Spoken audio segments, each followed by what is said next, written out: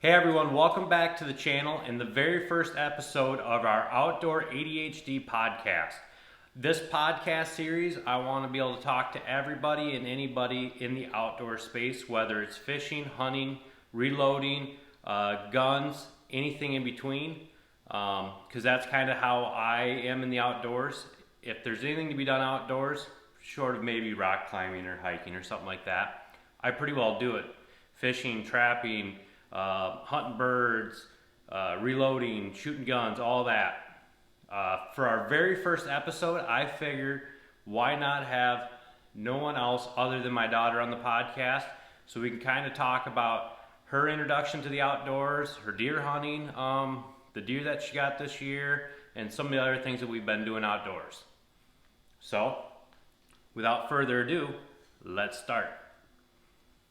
So, 3 weeks ago now, we finally made time to go youth hunting. Picked you up after dance. We'll talk about dance here in a little bit. But I picked you up after dance and we went up to our buddy Austin's place and we went deer hunting. Pretty good setup. We were about 25 yards off the woods in one row of corn. There was a hay strip between us and in the woods. We were sitting there, I don't know, 20 minutes. About 20 minutes. And all of a sudden, I could hear some stuff down the timber. And you were sitting pretty still. We were just kind of sitting there relaxing, taking in that 85-degree day that we had, sweating. It was warm. And all of a sudden, this first doe comes out. And she was big. She was really big. But she was heading straight for us, and we had not talked about a brisket shot of any kind. I mean, all the hunting and talks of hunting we've done and where to shoot a deer, it's always been, quartering two, broadside, things like that. So she comes out, and she's straight on. So I got you to get on the gun. I unlocked tripod, and then we had 3 yearlings come out, and then another doe. Well, that doe had kind of stepped a little bit broadside, not crazy, and so I had you get on her. Well, she wasn't as big as the first one, so you got back on the first one, and 2 more yearlings came out, and then a third doe came out, and she was pretty well broadside when she came out, so I had you get on that one. I mean, there was a lot going on there in a short period of time. But fortunately, that doe was about 15 yards. You were on the chest. It was going to be a good shot, but I really wanted a quartering to or broadside shot. Well, she finally took one step, and you put it on the nod of the shoulder, and it was a good shot. She ran about 30 yards into the woods and expired. Good blood trail. It was pretty easy to track her. Even in the woods, there wasn't a whole lot of leaves or grass or nothing in there. Pretty barren. But we tracked her and got her loaded up in the back side by side and took her up to the shop and got it all cut up and took the meat to a new locker this year. I've never taken meat to the locker that we took it to. They actually called me today. I dropped it off last Wednesday. They called me today. And said it's done. I'm going to pick it up this weekend, but that's the plus side of shooting a deer this early. You're not fighting with everybody else at the locker trying to get your deer done, like we are when we go December deer hunting. We don't get our deer back until February, March. So, a little bit about that doe. That was an old doe. She didn't have a whole lot of molars left. I opened her mouth up, and it was pretty barren. There wasn't a whole lot of teeth there. I'll actually probably overlay the picture right here of us with the deer. She was a good one. Pretty good hunt though. Second deer. You got one 2 years ago.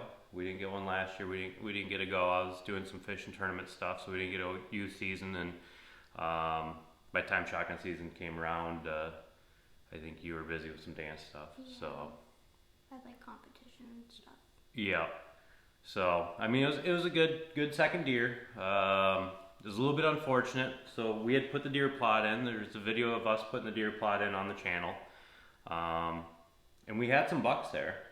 we had some good bucks, but the problem with youth season, hunting youth season, like we do, is it's so early in the year that the bucks are kind of still in bachelor groups, so you can't pattern them.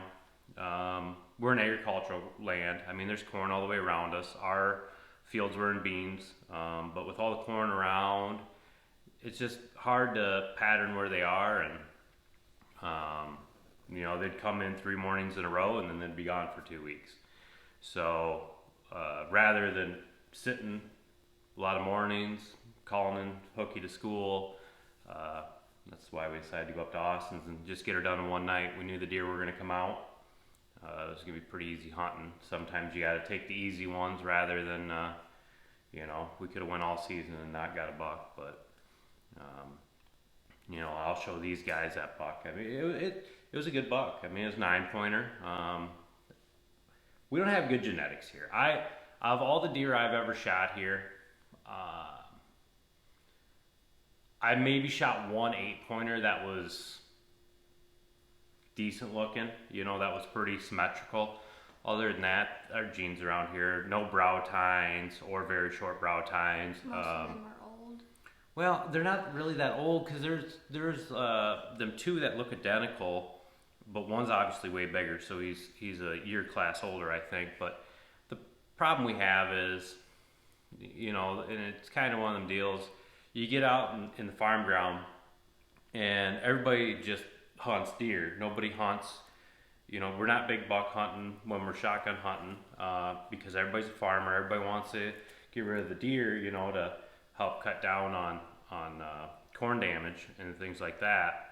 So, you know, it doesn't matter if they're a spike or, you know, so we kind of end up with, you know, somebody will get a really nice one one year, and then for about the next 5 years, I mean, it seems like you got okay deer, and then after that, you know, once everybody kind of gets those ones out of there, we end up with like the ones that we got on trail cam, where they're a beautiful 5-pointer on this side, and they're just this weird fork thing, 4-pointer on this side.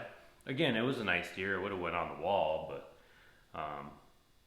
I got pretty good faith that one of them will be around next year. They don't hit this real hard, so and I did limit it so only one group can come through here this year, just one season. So rather than getting hunted 2 seasons, it's only getting hunted 1. So, you know, we don't have enough acres here to hold deer yet. You know, this is the first year that we've had food plots, because otherwise it's been pasture with cows and you know, things like that. So, but yeah, so that's our deer hunting for the year. I have yet to get everything ready for deer hunting. I got deer hunting in November in Wisconsin. We did that last year. We're going to do that again this year. And then second season, I hunt with the guys at work. We got some fields that have some management tags. The DNR likes to keep the deer population in check. Our one farm is in what they say one of the highest deer populations in the state of Iowa. And so they give us management tags on it. I think it's 25 a year or something like that. And last year we filled all 25 of them, which is good for us, and it's good for the deer, because I mean, you get that many, you get a bunch of little ones, and then all of a sudden, if you don't do anything to manage it, they get sick and they start dying, and then all of a sudden you're on the other end of the scale where you don't have any deer. So I'm sure we'll do an update once I get my deer hunting done. But so, what else did we do this summer? See, we went fishing a couple times. We went on the boat. We went early this spring. That was fun. You're more than that person. You didn't catch anything else. You might have caught a little one. I caught a little one. Yeah. Other than that, I mean, I didn't fish a whole lot in the middle of summer this year. Not like I usually do. Yeah, I didn't fish the BFLs this year, which this is the first year in 3 years that I didn't. So, but I did that because with the tournament schedule the last 2 years, it's really conflicted with competition dance. I'd only be able to go to 1 or 2. And then this year with you dancing on Saturday at Nationals, I didn't want to leave to go to a tournament. This next year though, The tournament is the week before nationals, so I'm gonna fish the BFLs this next year, and be able to be at nationals the whole time and do all that. So let's talk about dance. How many years you been competition dance? This is my 4th year. 4th year? How many routines you got this year? I've got, I'm pretty sure 5. 5. It's a lot. Yeah, because I have a lute line and then lyrical, jazz, hip hop, and our duo. Duo. Yeah. You got duo with your sister? Yeah. You guys getting that learned? Yep. Okay. You got all your routines figured out yet, or are you still working on a few? We're still figuring out lyrical, but mostly we got most of jazz done. Most of jazz done. Okay, well that's good. I think the first competition isn't till January? Pretty sure. Something like that, January. Somewhere in there. Yeah. Well, that's good. It's fun though, right? Yeah. Yeah, it's just a lot of time. What days you got dance? I got them Tuesday, Wednesday, and Thursday, and then sometimes Sunday. Like every other Sunday? Yeah, every other. So for sure 3 days a week. Yeah. But sometimes 4. Which, was why I really wanted to go youth season this year, because it's kind of right when dance was starting. It's not quite as busy. We can make it work. Where if we would have waited till, say, shotgun season, I would have had to figure it out, to take you out of school for the day or something and take you hunting, because on the weekends, we do traditional Iowa deer hunting where we tromp through the woods and we're not really sitting until nighttime. So yeah, it was nice to get that out of the way. So let's talk about some of the first things you did outdoors. You remember when we had the coon out? Remember training Rose here? When we got the raccoon and we let it out? That was fun, wasn't it? Yeah. Yeah, we used to do a lot of coon hunting and trapping and all that. And you got to go train dogs one night. That was a lot of fun, watching the dog tree the coon, and trying to think how old you would have been. Probably would have been 4. Let's see. Probably. It would have been 2017. So you would have been 3. You'd have been 3, 4, somewhere in there. But yeah, that was a lot of fun. I mean, I'd love to have a coon hound again, but I just can't hardly afford to feed them. I mean, that's why we got the Brittany Spaniel. We got your dog Sam. It's kind of the transition that I made from coon hunting. There's no money in hunting raccoons anymore, hardly, other than just for enjoyment. So rather than feeding a coon hound, if we're gonna have a dog, we might as well have a dog we can hunt with. So I mean, that's kind of always been my rules, right? Yeah. We're not getting a dog we can't use, so it's either a Great Dane. Yeah, you can't use a Great Dane though. I mean, maybe, but so yeah, I mean, we got Sam. Let's see, I picked up quail for him last Wednesday, and Sam trained Wednesday night, Thursday night, Friday night, Saturday morning, and all day Sunday. We were out in the field with him with quail, and he did really good. We didn't get to hunt really a whole lot last year. With work, I was pretty busy between work and tournaments, so made an honest attempt at getting him trained back up. We're gonna go, let's see, I got my last tournament October 25th, and pheasant season opens the 25th, so the 26th, that's a Sunday, 2 Sundays from now. Take the whole day to go pheasant hunt. See if you can give me some pheasants. So that we got some pheasants to eat. Let's see. Trapping. We've been trapping. Might do some trapping this year. We got those coyotes that are up in the food plot, and I've been thinking about thermal hunting them. When we go out hunting, we'll figure out a way to make a stand up there and thermal hunt them, or I was thinking about daytime calling them or something like that. But I think we'll trap them this year. It'll be nice and easy. We can make a set up there pretty easily, and we'll put it right in front of the camera, so we don't necessarily have to go up there every day, because if we catch one, it'll be on the camera. Yeah. Easy to check, and see if we can catch a couple of those. Remember when we were turkey hunting and that coyote came through? He was chasing them turkeys. We were sitting up here in the field. Yeah. Yeah, we were turkey hunting.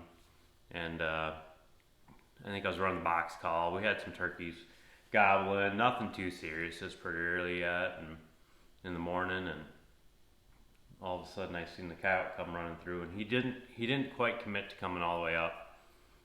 There was no wind and we were a little bit more elevation than him.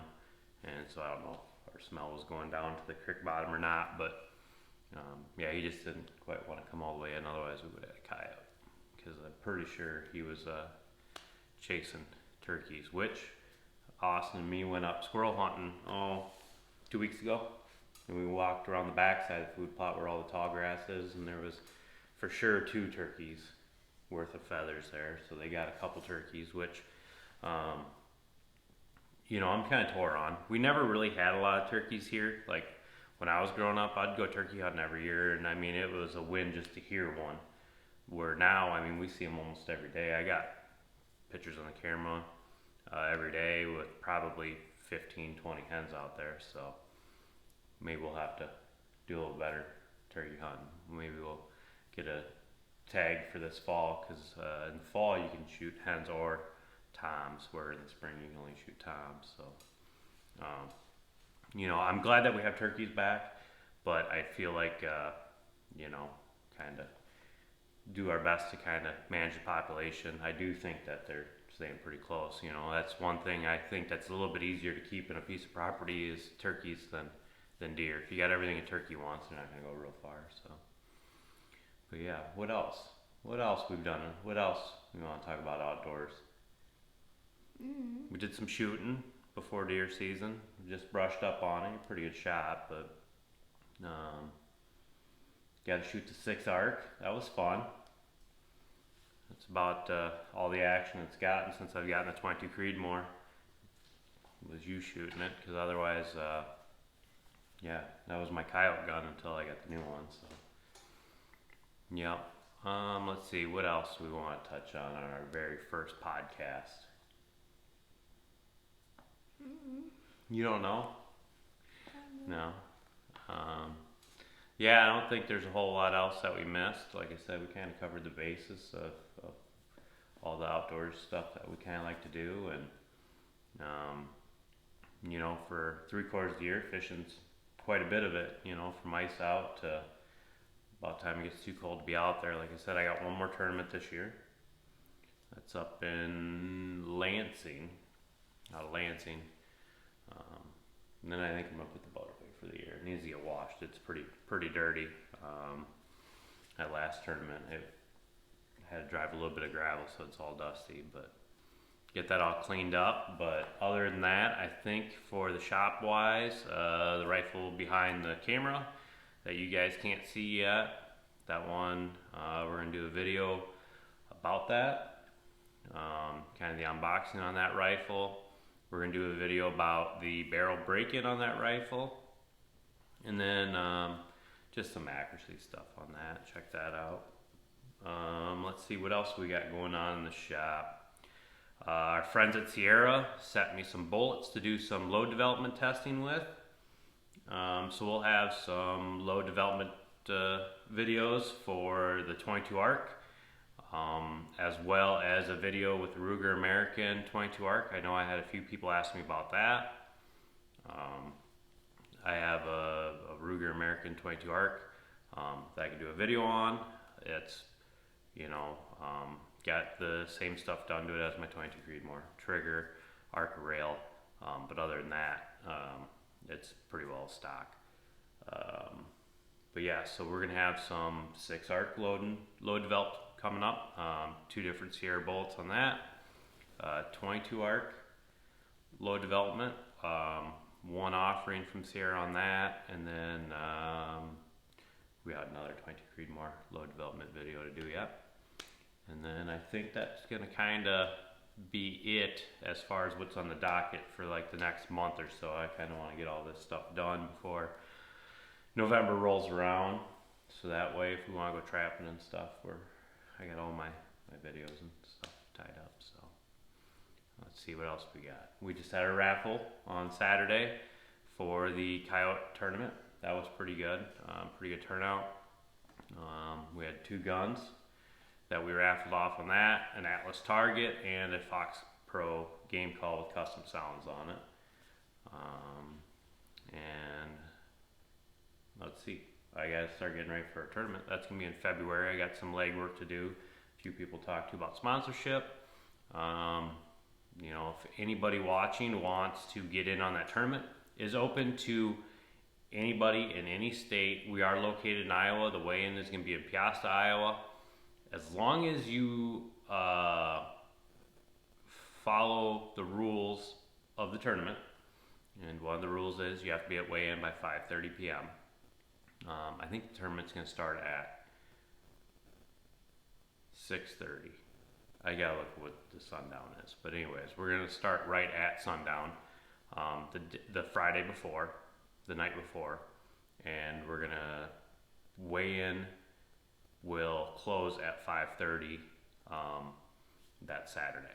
So if you're in Illinois, Wisconsin, Minnesota, Missouri, anywhere that you think that you can hunt and be to Piasta by 5:30 at night, it's open to all you guys.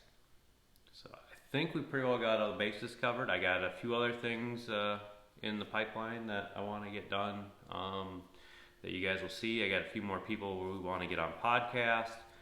I'd like to do like one of these a month if we could, but we gotta get some equipment done. I don't think we're gonna do them all on the old phone, so gotta get some of that equipment bought and set up. So I thank you guys for coming to the podcast. Again, this is the first one. We're just kind of getting some stuff ironed out. Like I said, I figured I'd have my daughter on here and talk about some of her outdoor experiences so far in life and her deer that she got a couple weeks ago and how all that's been. So we'll catch you guys on the next video, and thanks for tuning along. I hope you guys like it. Hey everyone, welcome back to the channel and the first episode of the Outdoor ADHD podcast. This podcast is going to be about everything outdoors, from hunting, fishing, shooting, guns, trapping, just anything outdoors, because that's kind of how I live my life. When it comes to outdoor stuff, I have crazy ADHD. I do it all. Everything from bass fishing to reloading to building guns and anything in between. For my first guest on my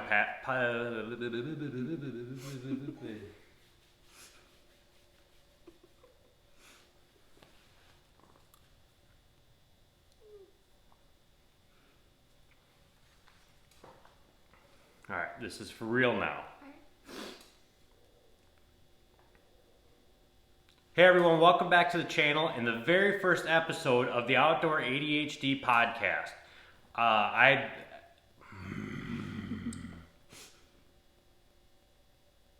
Words are hard. Oh, they are.